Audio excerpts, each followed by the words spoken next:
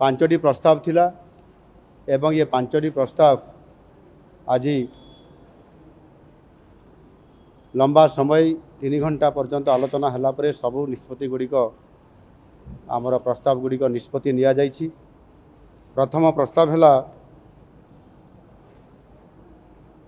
राज्य रे सर्वनिम्न मजूरी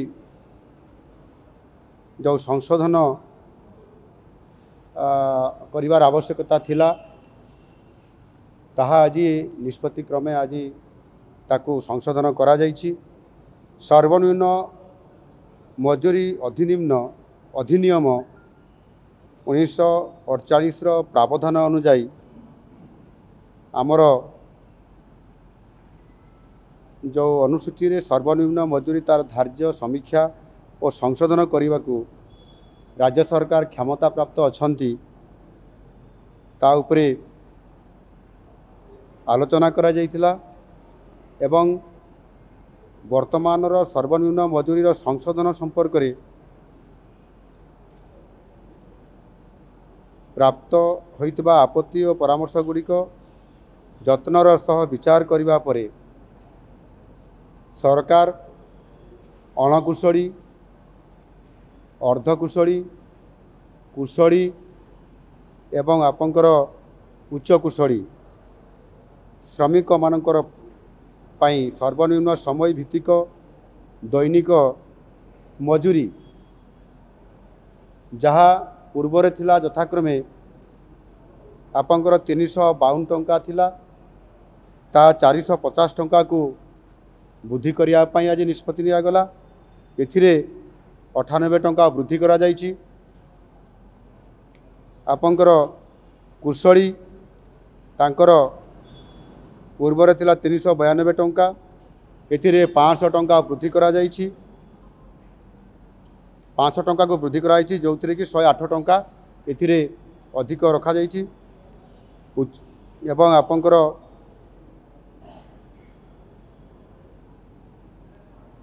उच्च कुशली जहाँकि आपंकर 442 टंका थिला ताकू 500 टंका को वृद्धि करा जाइछि।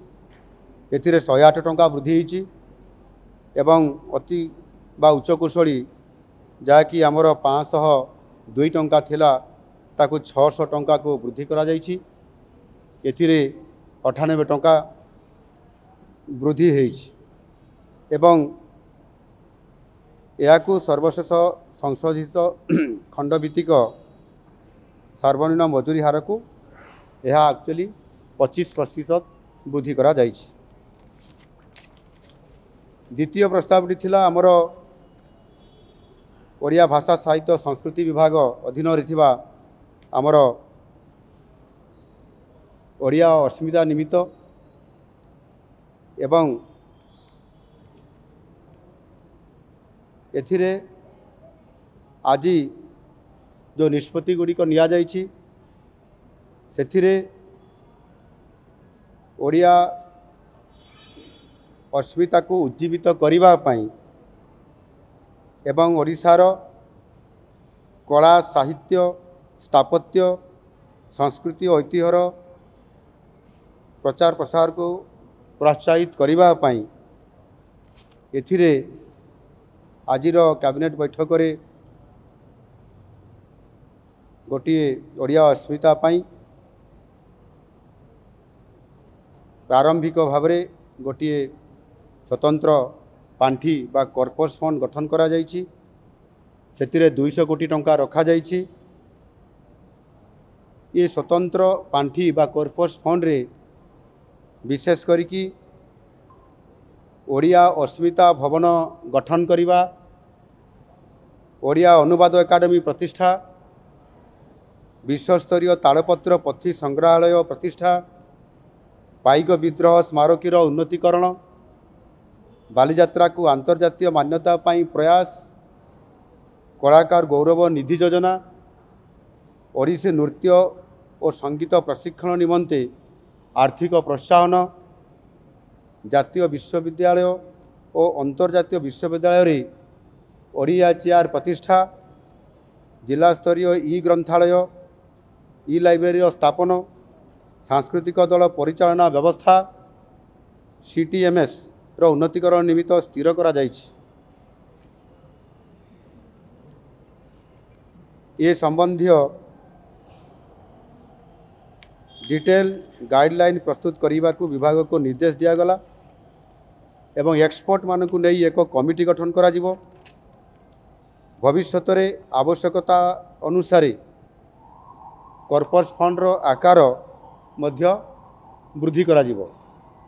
प्रस्तावित सुपारिश को आहुरी व्यापक करने को कैबिनेट निष्पत्ति प्रदान कले। तृतीय प्रस्तावटी स्कूल एवं मास एजुकेशन ये विभाग जो राज्य में प्राथमिक और उच्च प्राथमिक विद्यालय गुड़िकर शिक्षार गुणात्मक मान वृद्धि निमंते 20,000 कनिष्ठ शिक्षक योजना भित्तिक नियुक्ति निमंते ओडिशा विद्यालय शिक्षा कार्यक्रम प्राधिकरण तरफ विज्ञापन प्रकाश करा जायथिला। ये मामलार विचार करी राज्यर मान्यवर उच्च न्यायालय कंप्यूटर बेस्ड टेस्ट CBT रो परीक्षाफल आधार में आवेदनकारी योग्यता भित्तिक तालिका प्रस्तुत करने निमंते निर्देश देइथिले। उक्त निर्देशनामा अनुजाई आवेदनकारी योग्यता भित्तिक तालिका प्रस्तुत करा जाई अछि।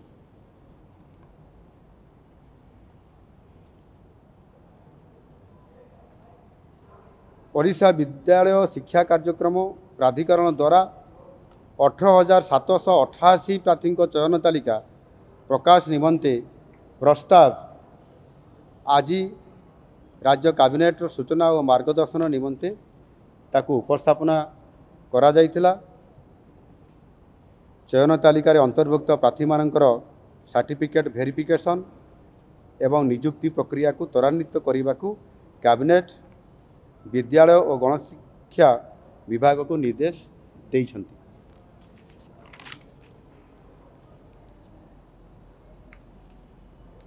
अन्य प्रस्तावटी होउची जल संपद विभागर उठा जलसेचन प्रकल्प को सचल एवं पुराणा सचल प्रकल्प को दृढ़ीकरण योजनार अनुमोदन। एथिरे आपंकर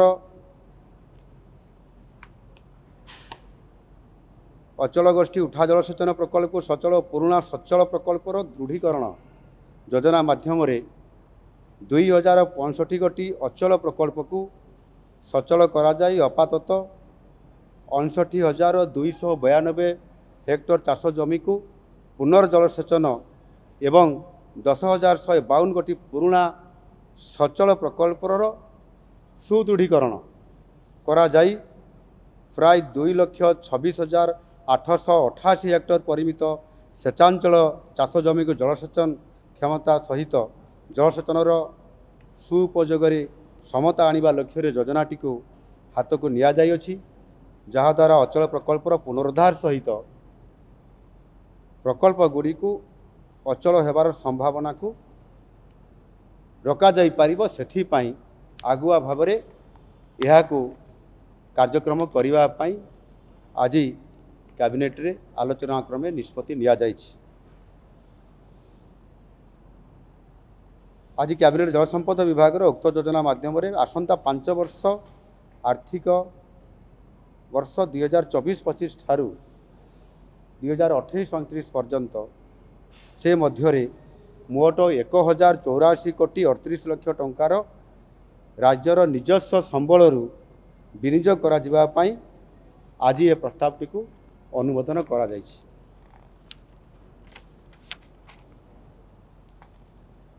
एवं आपंकर पंचम प्रस्तावटी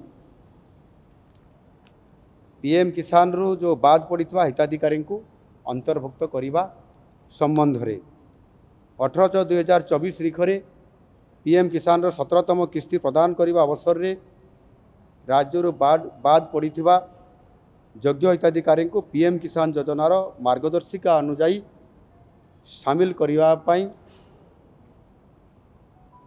जो बरगढ़ ठारे यह को घोषणा करा जाइथिला ସେହି ଅନୁସାରେ ଆଜି ତାକୁ କ୍ୟାବିନେଟ୍କୁ ଅଣାଯାଇଥିଲା। ଏଥିରେ राज्यर समस्त कृषक परिवार को पीएम किसान योजना रे आर्थिक सहायता केंद्र सरकार मार्गदर्शिका अनुजाई विवेचना करा जिवो।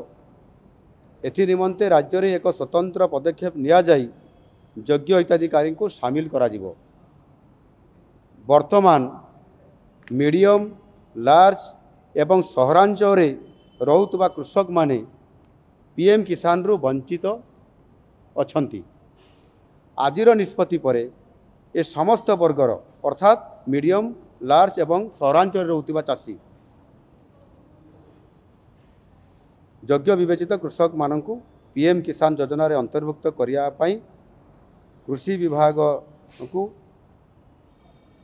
तुरंत कार्यानुष्ठान देवाई एथिरे तांकु परामर्श दिगला एवं जहाँ आशा करा जाउछि एथिरे 5 लाख रु 6 लाख पर्यंत चाषी जो माने योग्य हिताधिकारी थिले किंतु तत्कालीन सरकार जो काड़िया योजना रो क्राइटेरिया अनुसार मध्य पीएम किसान रो चाषी पीएम किसान रे ए चाषी माने ही पाइबा पई जो क्राइटेरिया रखी देइतिले सेथि पई आपनकर ए माने वंचित होइतिले एवं सेटा को आमे आज ए हडल्स को आमे उठेई देलु एवं जहाँ पीएम किसान रो गाइडलाइन अच्छी से आधार रे सेमानंकु अंतर्भुक्त करी 6 लाख पर्यंत चाषी को से योग्य हिताधिकारी तालिका रे प्रवेश करा जिवो एवं सेमानंकु आसंता दिन मानकरे जेते बेले घोषणा हबो परवर्ती फेज रो सेथिरे सेमाने अधिक 6 लाख अंतर्भुक्त हेबे एवं एमाने ये सुविधा पाई परिबे। एणु आज ये कैबिनेट द्वितीय कैबिनेट बैठकर ये जो गुरुत्वपूर्ण विषय आलोचना होता ता उपरे आमे ताकू आज संपृक्त विभाग को परामर्श देइछु एवं ताकू किभली भाव में तुरंत कार्यकारी करने सरकार आवश्यक पदक्षेप नौछंती।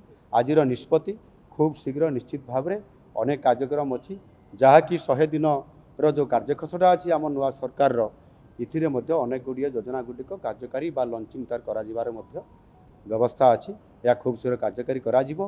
आज प्रेस विज्ञप्ति रे जो कथा आज आमे रखिलु ता निश्चित भाव में ओडिशार लोक मानकर पाखकु ये वार्ता निश्चित भाव में जीवो।